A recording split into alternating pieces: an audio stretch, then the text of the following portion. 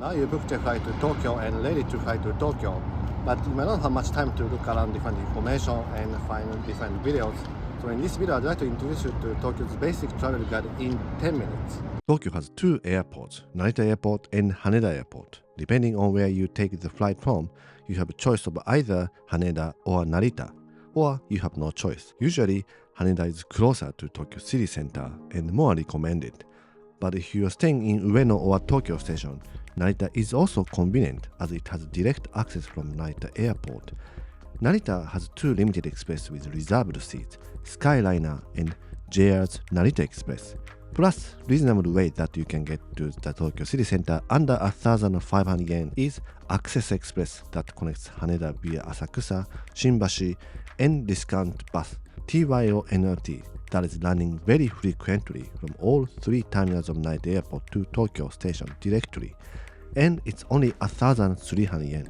Haneda has monorail to Hamamatsucho Station and Keikyu Line. This is much closer to Tokyo, but if you arrive in the evening, sometimes they only run slower local trains, which takes time to get to the city center and very crowded. Limousine bus to Shinjuku or other destinations are also good to consider in that case. There is no ride share app like Uber or Grab fully function in Japan, but it's definitely easier when you have lots of luggage, have mobility issues, or need privacy. From Narita Airport, it can be 25,000 yen to 28,000 yen. From Haneda, 13,000 yen to 70,000 yen, including expressway fee. In city, you can use app of Go App that are now available without Japanese phone number. The price is not precisely predictable in advance, but it's convenient that you can complete the payment in the app and you can call taxi anytime. If you enter Tokyo for the first time, probably you have no idea what you're looking at when you see the map. The map is overwhelming and the map is different depending on where you see the map. Tokyo has JR East train lines, 2 subways, and about 10 private railways leading to suburbs, which probably you only use when you go to day trips to suburbs. The key to understand the Tokyo's train map is a big green loop of JR Yamanote line. The loop is going around Tokyo, and the major terminals of Tokyo are on this line. It takes 1 hour if you go around the whole loop. For example, from Tokyo Station to Shibuya if you're on Yamanote line, it takes 30 minutes.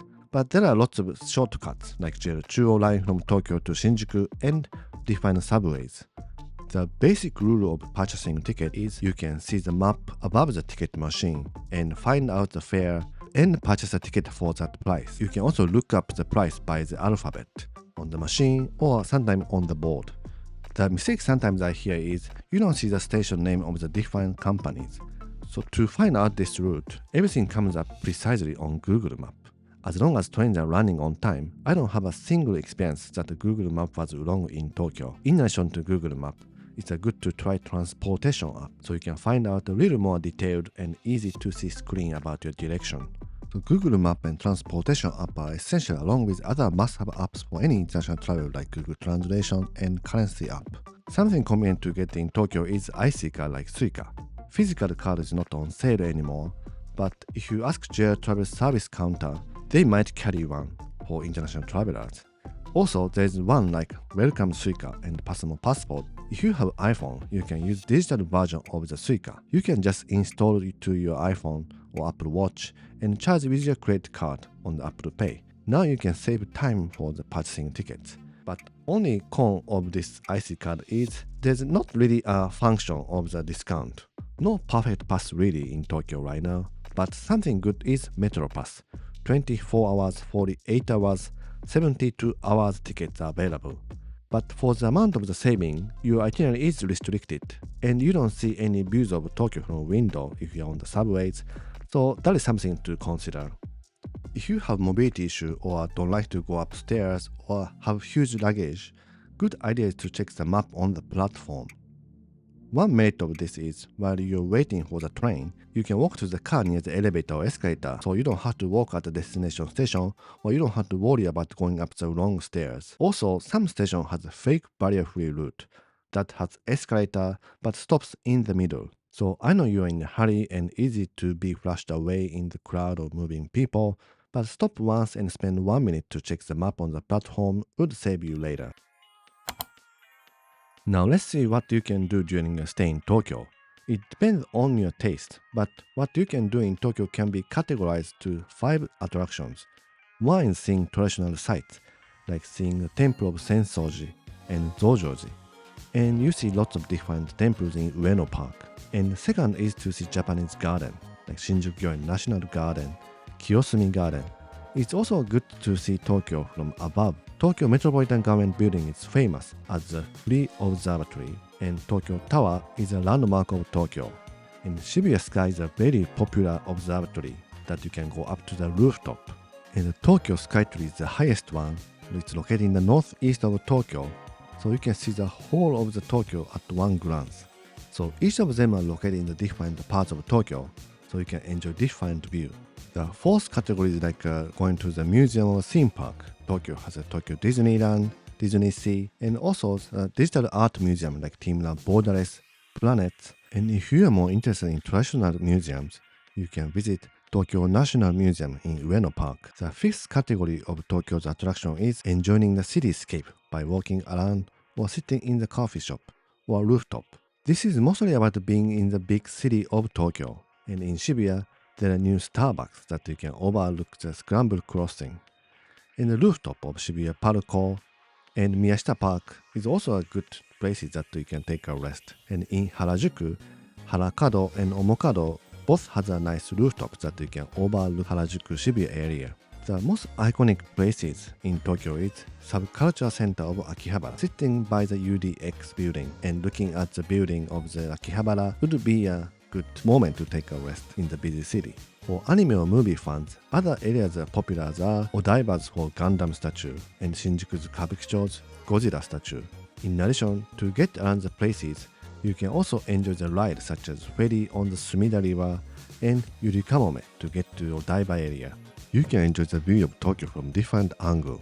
Eating food is one of the biggest fun part of traveling in Tokyo. Tokyo is the food capital of Japan, and from reasonable chain restaurants to luxury restaurants, you can find plenty of good food, sushi, soba, tempura, and other Japanese foods. Sometimes go for easy lunch for chain restaurants like Otoya, and you can eat with other Japanese businessmen for basic Japanese menu like karaage and cooked fish.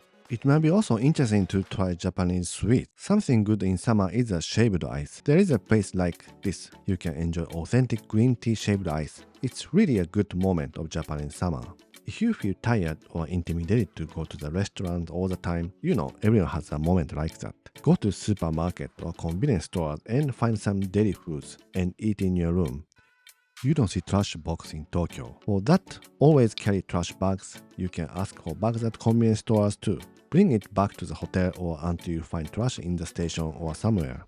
The hotel culture is definitely different in Japan. The price is not as expensive as other major cities like New York or London, but you might be puzzled by the size of the room.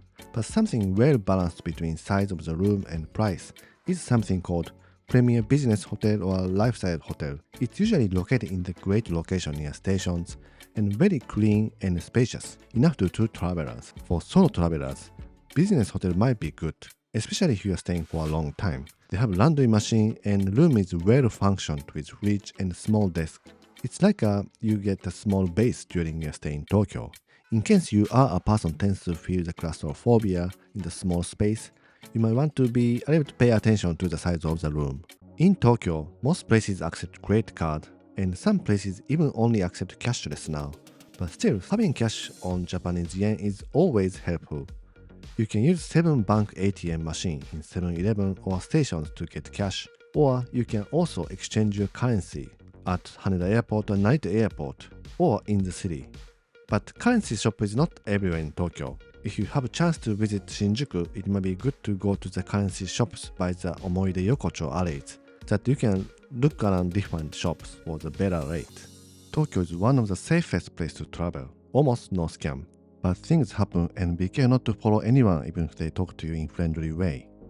This is about someone trying to take you to restaurant or expensive bars, and there are lots of other nice people talk to you in English asking if you need help. I also have experienced that person looked lost and puzzled, so I talked to if he needs help, but I got a hard no, like almost go away. Probably those travelers saw YouTube videos like mine. So I really don't think it's a good idea to say hard no. Most of the Japanese people are just trying to help you even in central Tokyo. Charging for taking photos in tourist spot, asking you money plating like a monk. These typical ones pops up but disappeared quickly as it becomes a big news in Japan. But as tourists to Japan increase, we don't know what comes up next. So it's always good to have a basic sense of the security during your travel.